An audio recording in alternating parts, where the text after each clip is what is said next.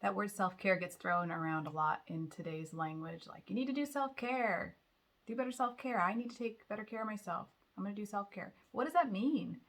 And what do you do if you don't want to take a bubble bath or, paint your fingernails?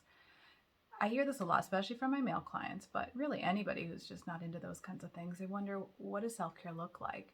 So I want to talk a little bit about that today. I'm Dr. Kristen Kopacz, a clinical psychologist. And self-care is really anything that invigorates you, helps you to have good mental health, brings you back to a place of maybe clarity or feeling more grounded. So this can be really inexpensive things. It can be taking a short walk around the block or down to a favorite park bench.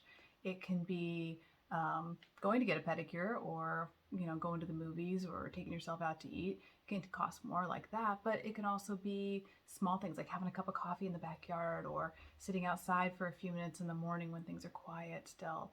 Some people go fishing and that's their self-care. It can be journaling at night for a few minutes or writing in a gratitude journal, doing something really consistently. But doing something once a year is not self-care, right? Self-care needs to be a regular practice, something that we get in the habit of. It can take a while to really get in the habit. It can take a lot of intention. Sometimes we have to set reminders or keep lists somewhere or have an X we put on the calendar each day that we do it before we start getting into a regular routine and habit. But it can be very brief. It doesn't have to take long. It doesn't have to be a full day or a weekend activity. Most self-care that people actually maintain in the long run are smaller things. So really think about what helps bring you back to life. What helps to give you some energy? What's good self-care for you, not for anyone else? Maybe they love the bubble baths and the bath bombs and the scented oils. That's great. But if that's not your thing, then don't make that your self-care activity. Pick something that is for you. Maybe it's a trashy magazine from the local grocery store you only let yourself buy once a month, but then you really indulge in it for a few minutes each day. Or it could be, taking a moment to just look outside at nature. We do know that nature psychologically has a huge effect on our mood and our productivity afterwards. So taking a few minute break to look at something that's nature related can be really helpful. If you have pets, it could be walking your pet. It can be just sitting there petting the pet quietly for a few minutes, sort of meditating in that moment. Some people do like to do mindfulness exercises or meditations. You can look up on YouTube 1 minute mindfulness or do a brief meditation that's guided so that it's easier to keep your brain focused. There are many different ways to do good self-care. Eating healthy is also one of them, right? Fueling your body in a proper way so you're not hungry.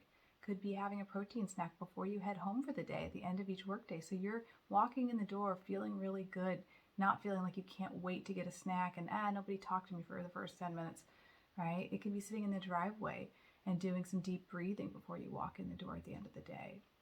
There are many different ways. I want you to think about it.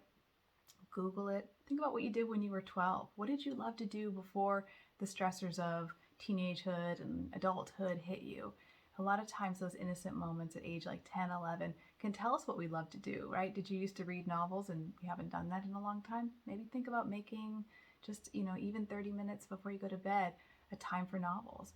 Or if you really enjoy doing Legos or putting things together, can you find something that you'd like to do like that as an adult? It could be an adult coloring book. It could be doing a hobby with like balsa wood. There are lots of other things that might be similar of creating that you love to do. So thinking back to what you used to enjoy when you were younger can help give you some ideas about what you might like doing now for self-care.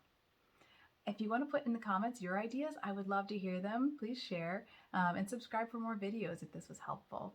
Again, I'm Dr. Kristen Kopacz. You can find me on my website at drkinthebay.com. Thanks so much.